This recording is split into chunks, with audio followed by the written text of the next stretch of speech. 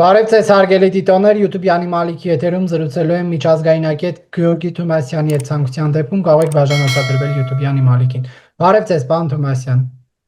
Բարև ձեզ, պարոն Կիրակոսյան։ Պարոն Թումասյան, հավանաբար հետևում եք Հայաստանում տեղի ունեցող քաղաքական դաշտի քննարկումներին եւ այստեղ դեռ շարունակվում է թեժ քննարկվել օգոստոսի 8-ի պայմանավորվածությունները Միացյալ Նահանգներում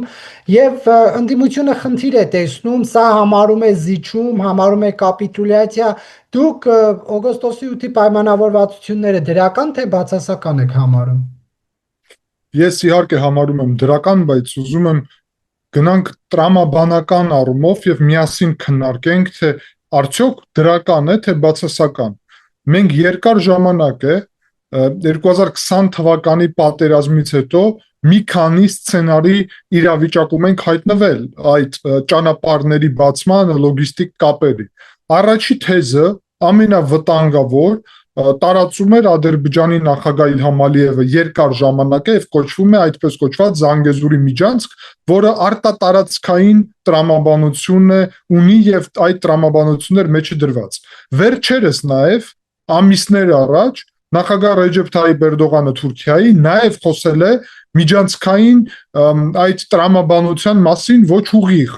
Ուստի ցանկության մակարդակով այս մեր երկու հարևան պետության գլխավոր նպատակները ստանալ արտատարածքային էքստրատերիտորիալ միջանցք եւ դա մեր համար սպառնալիք էր, որովհետեւ նշանակում էր մեր սուվերենության զիջումը ուրիշ պետության համար, Ադրբեջանի համար եւ Քիվեստի ինչ որ տրամաբանության շարունակություններ, հիշում եք, որը Մեղրու շրջանի փոխհարակումներ Լեռնային Ղարաբաղի հետ կապված եւ դա բանակցում էր նախկին իշխանությունը իդեմս Ռոբերտ Քոչարյանի։ Երկրորդ տարբերակը, որը կար, վերաբերվում էր նոյեմբերի 9-ի 9-րդ կետի տրամաբանությանը, որը կողմերը տարբեր ձև էին հասկանում, բայց որում հստակ գրված էր Ռուսաստանի ՖՍԲ-ի ներկայության մասին։ Ուրեմն Ռուսաստանի ՖՍԲ-ի ներկայությունը ինքը արդեն նշանակում է, որ հայկական նույն ծառայությունը, իսկ դա ազգային անվտանգության ծառայությունն է, ինչ որ ձևով սահմանափակ էր լինելու Ռուսաստանի ՖՍԲ-ի ներկայության հետևանքում։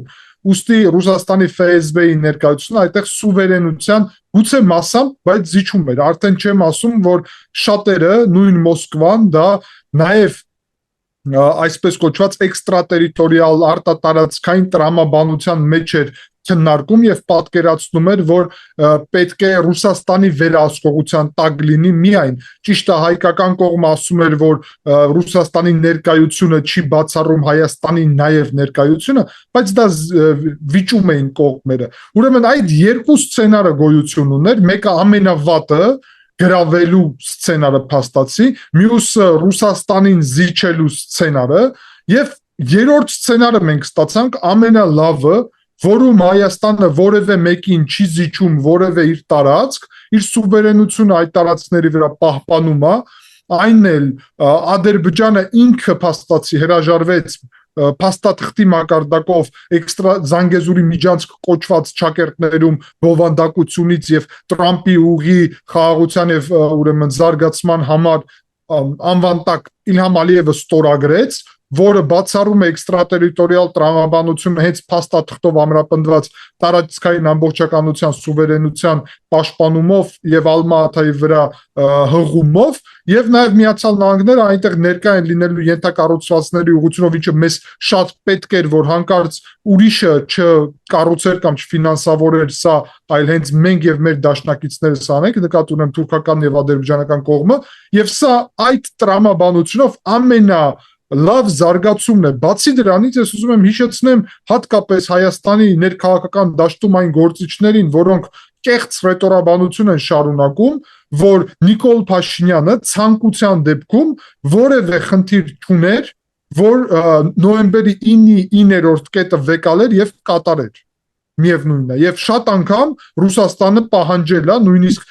Լեռնային Ղարաբաղում իր այդպես կոչված խաղաղապահ զորքի դուրս գալուց հետո, եւ արդեն Լեռնային Ղարաբաղ չկա, Լաչինի միջանցք չկա, ռուսական ներկայություն չկա, միևնույնն է պահանջում էր եւ դուք դա շատ լավ հիշում եք 9-րդ կետի կատարումը։ Հայաստանը, եթե ցանկություն ունենար, որ ռուսական եւ ռուս-թուրքական այդ ճարտարապետությունը լիներ, ապա Փաշինյանը կարող էր դա անել, ոչ չարեց եւ Ռուսաստանի դեմ գործեց նաեւ, այդ թվում Չինաստանի, որը Ռուսաստանի գլխավոր դաշնակիցն է, եւ գնաց Վաշինգտոն եւ Վաշինգտոնում այդ ամենանպաստելի Հայաստանի տարբերակը բերեց իրավիճակից։ Մենք հասկանում ենք, որ առհասարակ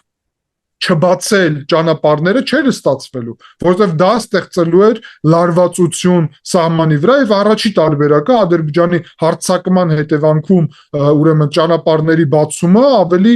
հավանական էր դարձնում եւ վտանգավոր։ Ուստի ես կարծում եմ սա հաղթանակ է ոչ միայն իմ կարծիքն է սա, այլ ես փորձեցի փաստերով մանրամասն ապացուցել մեր հանրությանը, թե ինչու այս տարբերակը մեր պետության համար ամենանախընտրելին հայտնվեց եւ ամենանախընտրելին է փաստացի։ Բայց այստեղ վտանգներ են տեսնում, ասում են, որ Ադրբեջանը չի անցնելու սահմանային մաքսային ծառայությունների ընթացակարգով եւ Ալիևն էլ հայտարարել է, որ հայի երես չեն տեսնելու, դրանի պատասխան Նիկոլ Փաշինյանն ասում է, եկեք ավտոմատացված համակարգ դնենք, որ մարդիկ գան իրենց անձնագիրը սկանավորեն, նույնականացվեն, անցնեն։ Դուք խնդիրներ տեսնում եք այնուհանդերձ այս նախագծում, թե ոչ։ Պետք է հստակ ասվի, որ մենք դեռ չունենք մանրամասները, ուստի միջև չունենանք մանրամասները, մենք չենք կարող հստակ ասել, որ խնդիրներ չկա եւ մենք պարզ պատկերացում ունենք ինչը ինչպես է գործելու։ Ես կարծում եմ կողմերն էլ մանրամասների մասին շարունակելու են բանակցել իրականում եւ այդտեղ բազմաշերտ ուղղություններ կան։ Դա վերաբերվում է ինչպես Ադրբեջանից Նախիջևան այդ կապին, այդպես էլ Ադրբեջանից Թուրքիա կամ Թուրքիայից Ադրբեջան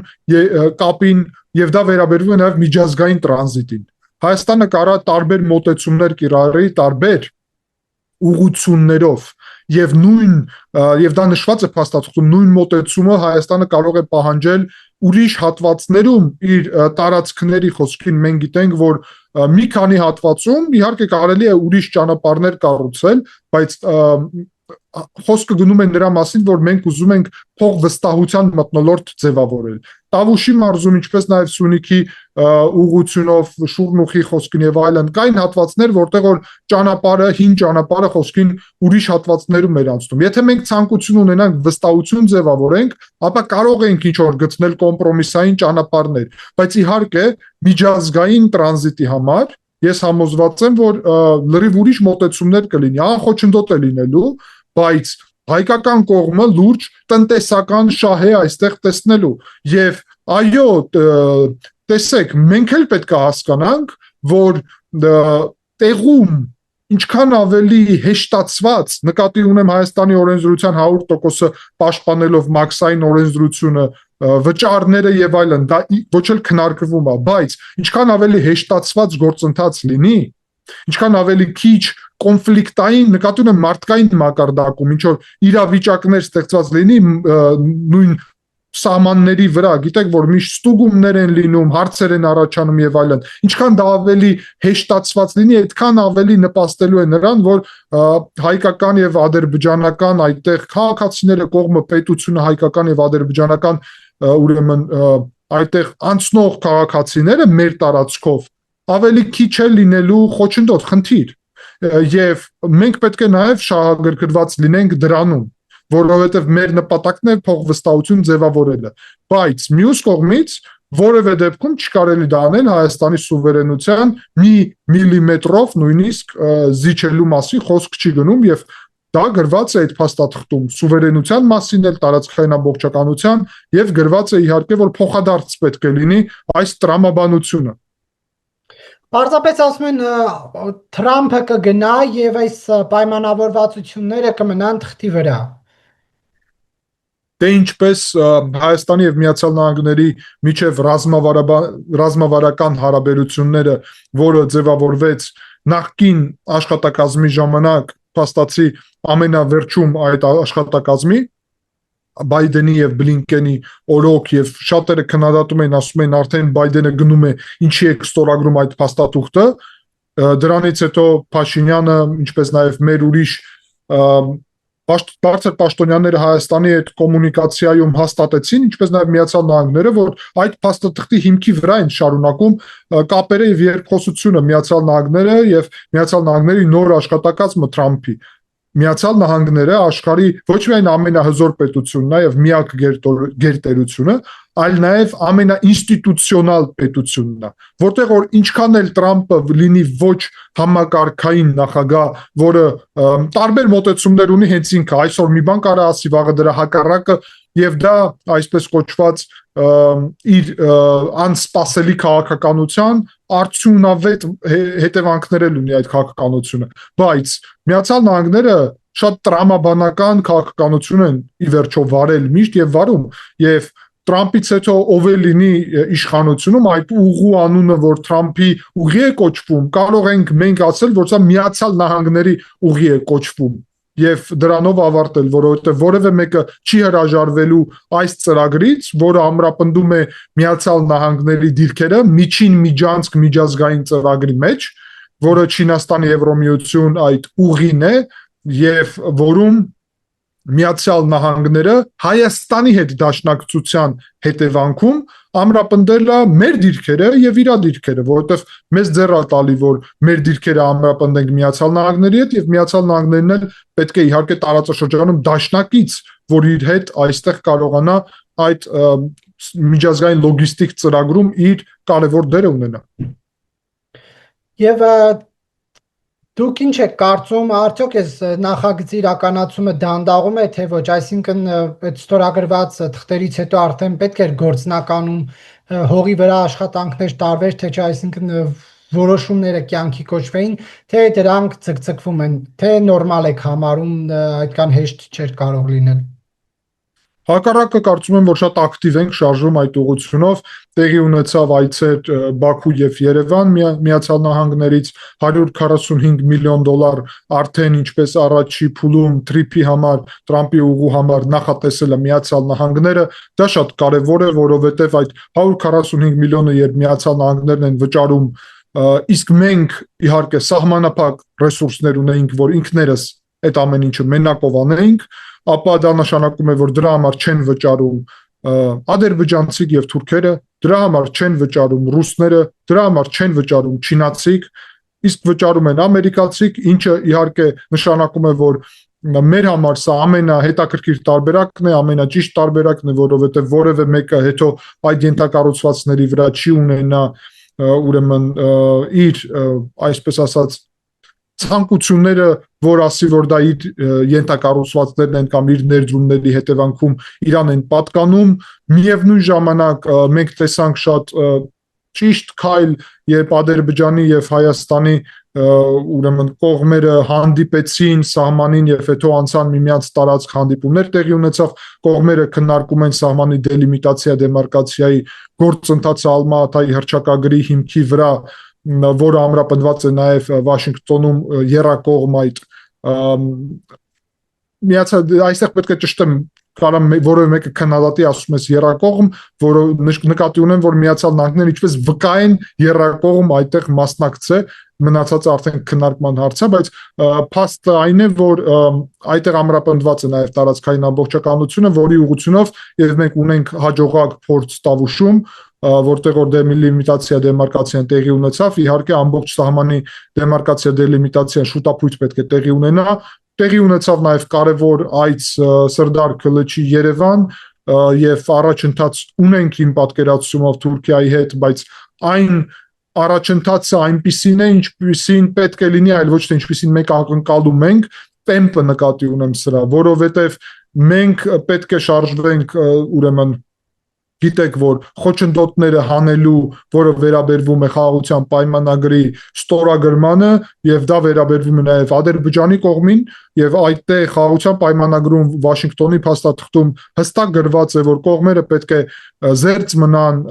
միմյանց դեմ ուրեմն ագրեսիվ ռետորաբանությունից, քարոզչությունից եւ այլն, տարածքային մկրտումներից, ուստի ես կարծում եմ, որ Ադրբեջանը իր հերթին անելիք ունի այդպես կոչված արևմտյան Ադրբեջանի թեզի եւ կառույցների ուղղությունով, Հայաստանը իր հերթին ունի անելիք այն առումով, որ այդ ընդդիմություն կոչվածը, որը փորձում է հիմա նաև օգտագործել Լեռնային Ղարաբաղի թեման նրա համար, որ խափանի այս գործընթացը խաղաղության, նաև իր անելիքը պետքա կատարի այն ուղղությունով, որ այդ խոչընդոտները վերացնի եւ մենք պետք է հասնենք նրան, որ պետք է կնքվի խաղաղության պայմանագիր, որից հետո շատ ակտիվ տեմպում արդեն կսկսվի հիմնական մասը ենթակառուցվածքների բացման, սահմանի բացման եւ այլն, եւ իհարկե ամենակարևոր այլը այս գործընթացում լինելու է հայ ժողովրդի կողմից, Հայաստանի քաղաքացիների կողմից քվեարկությունը խաղաղության համար, որը պետք է տեղի ունենա մյուս տարվա ընտրությունների միջոցով, քվեարկելով կամ իշխանության օգտին կամ այն ընդդիմադիր ուժերի օգտին, որոնք կողմ են խաղաղության օրակարգի եւ կողմ են Վաշինգտոնյան օգոստոսի 8-ի ուրեմն փաստաթղթի եւ այդ օրակարգի։ Բայց այսինքն ոնց կարող է լինել քաղաքական դաշտում մի ուժ, որը խաղաղության կողմնակից չլինի։ Մենք տեսնում ենք այդպիսի բազում ուժեր եւ այսօրվա այդպես կոչված համակարգային սիստեմատիկ ընդդիմությունը, որը ներկա է ազգային ժողովում, ամեն իր քայլով փորձում է խափանել խաղաղության գործընթացը եւ իրանք պատասխանատվություն չեն կրում հետևանքների համար, ինչպես նաև Կտրիչ Ներսիսյանը նույն ձև իր հայտարարություններով, տեսեք, այստեղ մենք պետք է ժողովրդին հստակ ասենք, այս մարդիկ պոպուլիզմով են զբաղված, գիտեն, որ իրենց հայտարարությունները Լեռնային Ղարաբաղի ուղղությունով որևէ բան չի փոխելու, բայց հաշվի են առնում, որ մեր բոլորիս համար դա շատ սուր թեմա է, էմոցիոնալ թեմա է, օգտագործում են այդ էմոցիաները հաշվի առնելով, որ իշխանությունը պատասխանատվություն են կրում իրենց հայտարարությունների համար, իսկ ընդդիմությունը, որի շարքերում է Կտրիչ Ներսիսյանը, պատասխանատվություն չունի, անում են հայրենասեր պոպուլիստական հայտարարություններ իբրև, ստեղծում են վտանգ մեր սահմանի համար, խաղաղության համար, մեր տղաների համար, առհասարակ գործընթացի համար, այդ թվում չեն հասկանում, որ դրանով նաև Ադրբեջանին հիմքեր են տալի տարածքային մկրտումների թեման շարունակել Հայաստանի Հանրապետության դեմ խոսքին եւ դավաճան են կոչում ամեն դեպքում իշխանությունը։ Տեսեք, եթե իշխանությունը քայլեր է անում, որ խաղաղություն լինի եւ մեր մոտ զոհեր չլինեն, իշխանությունները դավաճան են ըստ իրենց։ Եթե իշխանությունները հարձակվում է հակառակորդը Ադրբեջանը մեր վրա եւ մենք պաշտպանվում ենք եւ պաշտպանվելու ընթացքում ունենք զոհեր, ապա այդ զոհերն էլ է իշխանությունների մեղքը եւ իշխանությունները այդ դեպքում են դավաճան։ Հիմա թող որևէ մեկը ինձ ասի, որ տարբերակն է հնարավոր, որ իշխանությունները դավաճան չլինեն։ Չկա այդպիսի տարբերակ։ Նույնիսկ հիմա Թուրքիայի հետ խոսալը կամ Ադրբեջանի հետ խոսալը այդ գործակալները Ռուսաստանի ակնհայտորեն ասում ենք, դա նորություն չի, գնահատում են ինչպես դավաճանություն, բայց երբ իրանք էին իրանց իշխանության ժամանակ խոսում Թուրքիայի հետ, Ադրբեջանի հետ, դա դավաճանություն երբեք չի գնահատվել։ Երբ իրանք Արարատն էին հանում զգեստից ֆուտբոլի թիմի, դա դավաճանություն չէր։ Բայց կնիքում, որտեղ որ առհասարակ այդպիսի սիմվոլիկայի տեղ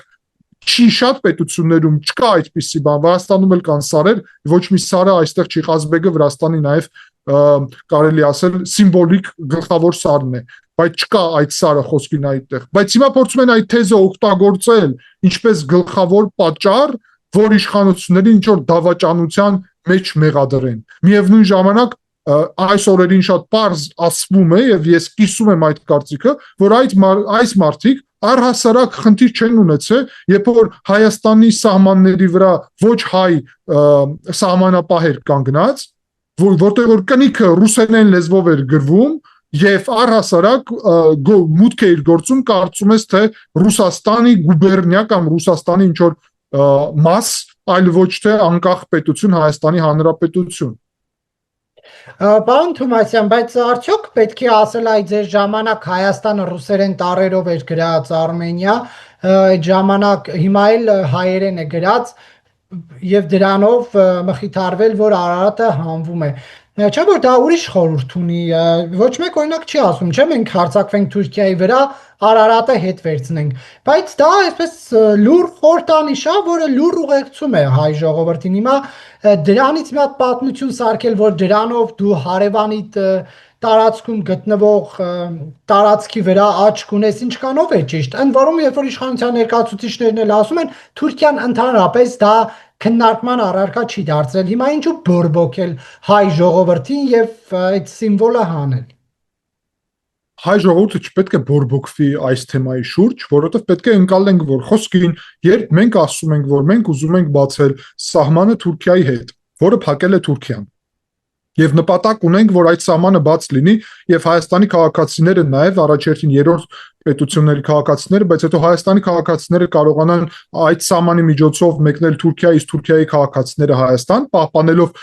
օրենսդրությունը իհարկե պետությունների եւ դա նշանակում է նաեւ հարգելով պետությունը, որում դու գտնվում ես, թուրքերի դեպքում Հայաստանը, հայերի դեպքում Թուրքիան, դա նշանակում է նաեւ, որ մենք պետք է ընկալենք, որ երբ Թուրքիայի քաղաքացին մուտք է գործում Հայաստան եւ իր անձնագրի մեջ կնիքի վրա Արարատ լեռն է լինելու, որը տարածքային առումով որևէ մեկը չի վիճարկում, որ գտնվում է Թուրքիայի տարածքում, բայց դա չի փոխում այն, որ հայ ազգի ամենագլխավոր խորհրդանիշն է եղել, կա եւ կլինի, ապա դա կարա ստեղծի անհասկանալի իրավիճակ եւ ուստի եթե դա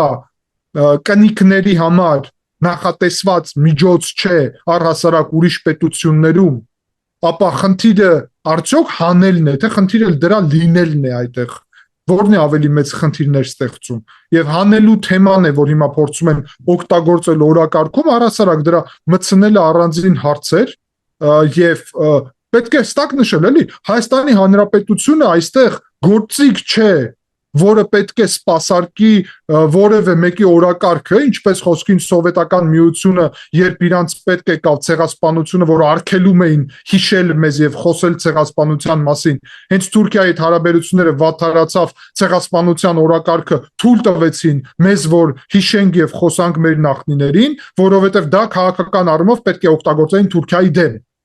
Մեր պետությունը որևէ մեկի դեմ օգտագործելու հնարավորություն մենք չպետք է տանք, որովհետև վտանգները դա ստեղծելու է ոչ թե նրանով օգտագործում է մեր պետությունը, այլ ով մեր պետությանը, մեր քաղաքացիներին է վտանգ ստեղծելու։ Ուստի մենք պետք է հասկանանք, որ մեր նպատակն է այդ վտանգները չստեղծելը, եւ մենք էմոցիոնալ առումով չպետք է շարժվենք այս ուղղությամբ եւ այո, հետիք չի որ թեման սենսիտիվ է, մի հատ էլ այս այդպես կոչված ընդդիմադիր դաշտը փորձում է ել ավելի սենսիտիվ դարձնել այն թեման, որը իրականում որևէ պատճառ, որ սենսիտիվություն լինի, դրանում իրականում չկա։ Դե դուք ձեզ համար տարօրինակ զգացողություն չի լինի, երբ որ Վրաստանից հատեք Հայաստանի սահմանը եւ տեսնեք, որ այլևս կնիքի վրա Արարատ չկա։ Բայց երբ հատում եք Վրաստանի սահմանը, այդտեղ էլ Ղազբեկ չկա կամ այդտեղ էլ ուրիշ ինչ որ հատկանշանակ, ինչ որ նշան հատկապես Վրաստանի չկա, կամ ուրիշ պետություններ է գնում չկա նաև այդպիսի նշան։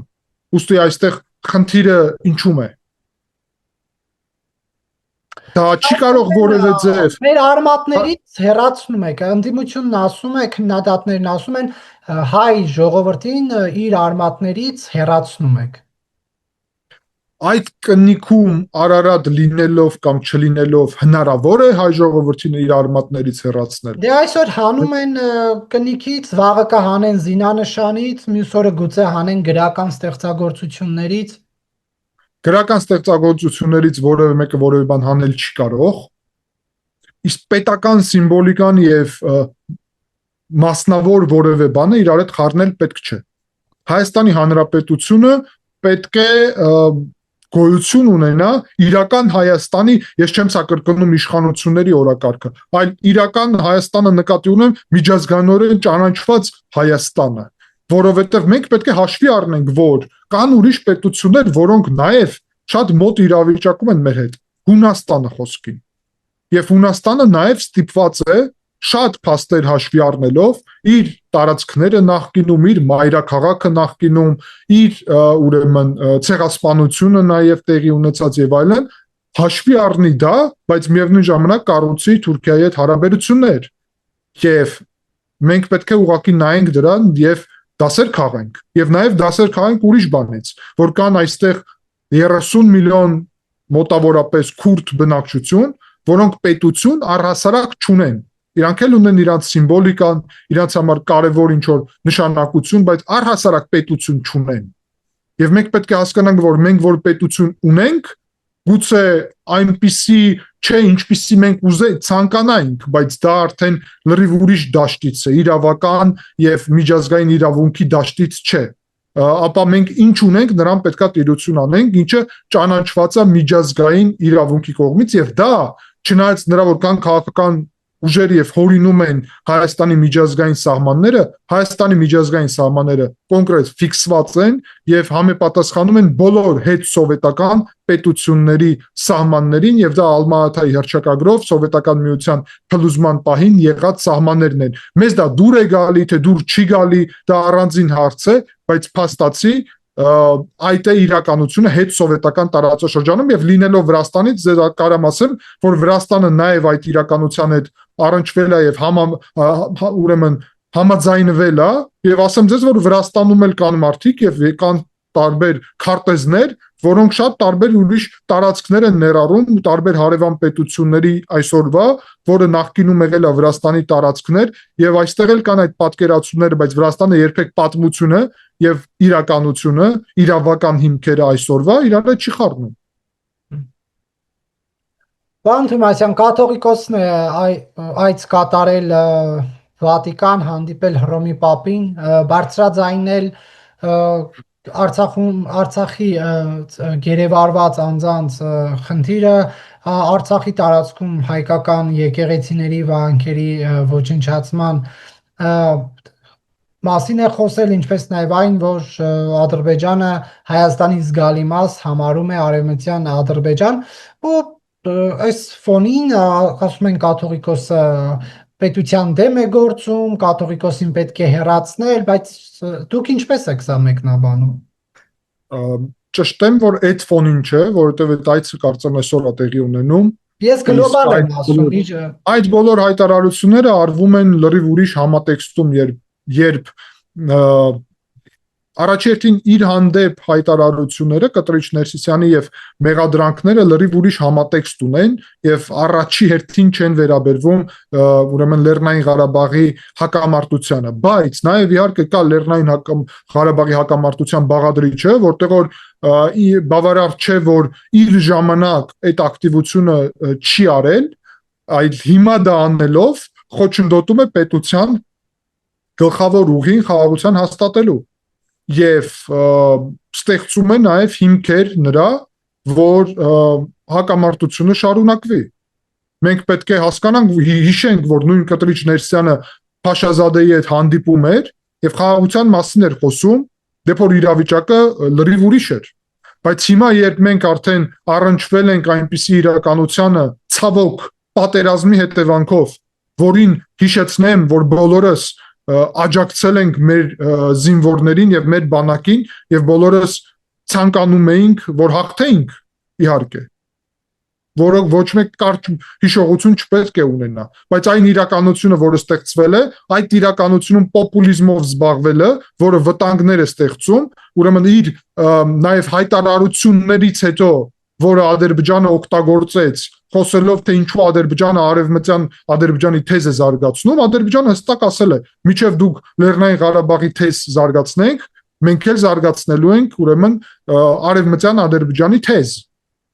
իհարկե սա մեր համար կարա անընդունելի լինի բայց սա իրողություն է հիմա մենք ունենք ընտրելու այստեղ եթե մենք Ալմա-Աթայով Ադրբեջանի տարածքային ամբողջականությունը ճանաչել ենք ապա արդյոք մենք ցանկանում են գնալ այն ճանապարհով, որը պոպուլիզմի հետևանքով մեծ Լեռնային Ղարաբաղում իրավիճակը ստատուս կվոն հետ չի բերելու, բայց ստեղծելու է նոր խնդիրներ Հայաստանի Հանրապետության համար։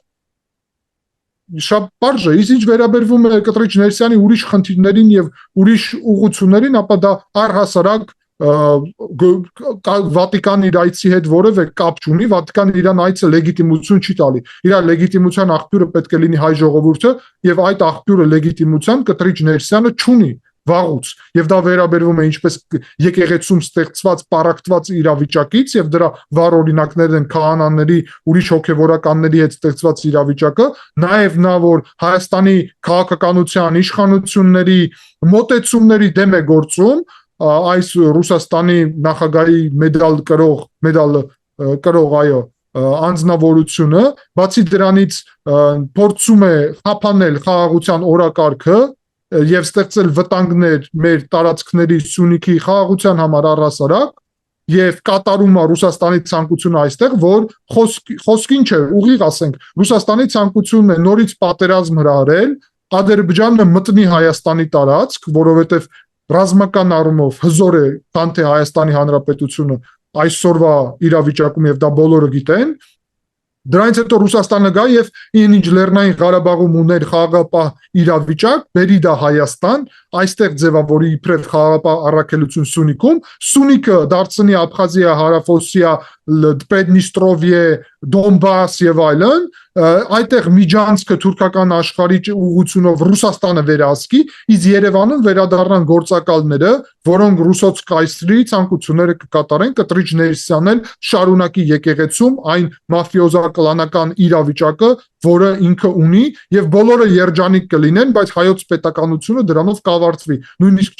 Նույնիսկ կարամ ասեմ, որ այդ իրավիճակում ակնկալում են, որ կարող է Ռուսաստանի Դաշնության սուբյեկտի մասին խոսք գնա, այո, մտնել Ռուսաստանի Դաշնության կազմ նաեւ։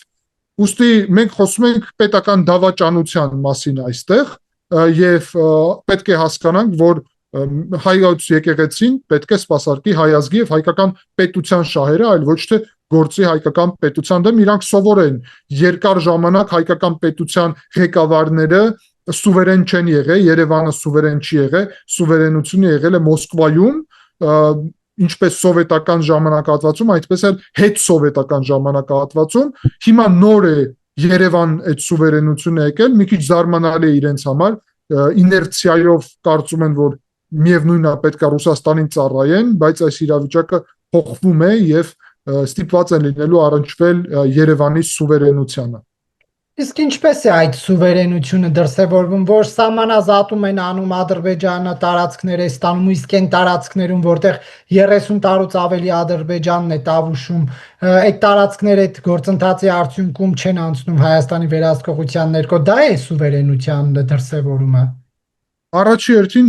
ուրեմն դելիմիտացիա, դեմարկացիան տեղի է ունեցել, կարծեմ միայն մի փոքրիկ հատվածի վրա իրականում, Տավուշի շրջանում։ Այո, եւ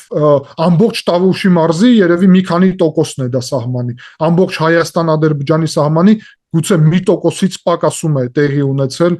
սահմանազատում այս փուլում։ Երբ այդ ցուցանիշները աճեն, ապա բոլոր հատվածներին կվերաբերվեն եւ կվերաբերվեն նաեւ այն հատվածներին, որտեղ որ Ադրբեջանը խորացած է, մենք գիտենք դա վերին շորժայի ուղղությունը, ներքին անդի ուղղությունը, ջերմուկի ուղղությունը, տեղ յուղի հատվածում մի փոքր եւ այլն եւ այլն։ Ուստի դա բոլոր հատվածներին կվերաբերվի, ինչպես նաեւ անկլավների թեմա կա, բարդ թեմաներ են եւ սուվերենությունը նշանակում է նույնիսկ այն, որ այո, Տավուշի մարզում, որտեղ որ այդ պատը կառուցվեց, որտեղ որ այդ ճանապարհը ֆիքսվեց, այո, մենք այսօր գիտենք, որ այդտեղ այդ սահմանազատված հատվածից էսկոմ հայկական սուվերենությունը չի վիճարկվում։ Միջև այդտեղ եղել են ռազմական դիրքեր, եւ ես հաճախ եմ շատ անցել այդ ճանապարհով, եւ այո, երբ զգուշացնում էին, որ այդտեղ արագ պետք է անցնես կամ այս ճանապարհով չանցնես, այն ճանապարհով, ապա դա սահմանափակ սուվերենություն էր։ Հիմա երբ խաղաղության իրավիճակը եւ սահմանազատված հատված, ապա սուվերենությունը Հայաստանի այդտեղ ամրապնդված է եւ ես տեսա ազգային ժողովի նախագահ Ալեն Սիմոնյանի վերջի ուրեմն եթերը նաեւ այդտեղ իր սոցիալական ցանցում, երբ ցույց էր տալի ինչքան մոտ սահմանին երեխաները այդտեղ Կիրանցում կարծես խաղում էին խաղաղ եւ այո սուվերենությունը այդ է որ այդտեղ մանկապարտեզ դպրոց է կառուցում երեխաները խաղում են շատ մոտիկ սահմանից այլ ոչ թե այդտեղ պատերազմային եւ ռազմական իրավիճակ է Իմ ասածն այն էր որ երբ պետք է Ադրբեջանին պետք է տարածք անցներ այդ գործընթացը արագ եղավ իսկ հիմա դանդաղում է երբ որ պետք է արդեն հերթ եկել է Հայաստանին տարածք փոխանցել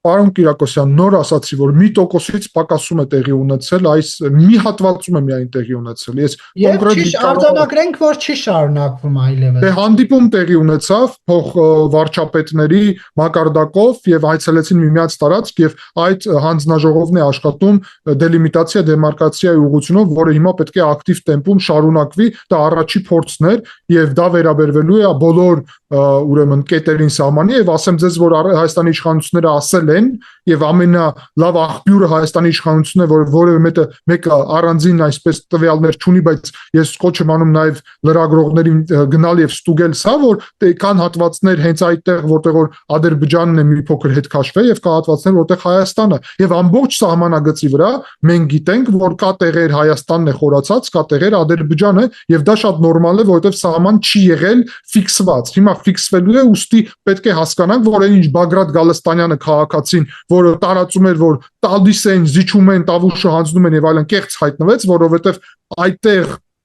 դելիմիտացիա է տեղի ունենում, ապա բոլոր տեղերում է տեղի ունենալու դելիմիտացիա եւ տեղեր կա Հայաստանն է հետ քաշվելու, տեղեր կա Ադրբեջանն է հետ քաշվելու, որովհետեւ երկուսն էլ խորացած են տարբեր հատվածներում եւ դելիմիտացիա դեմարկացիան նշանակում է հենց դա։ Շնորհակալություն, պարոն Թումասյան, հարցազրույցի համար։ Ես էլ եմ շնորհակալ։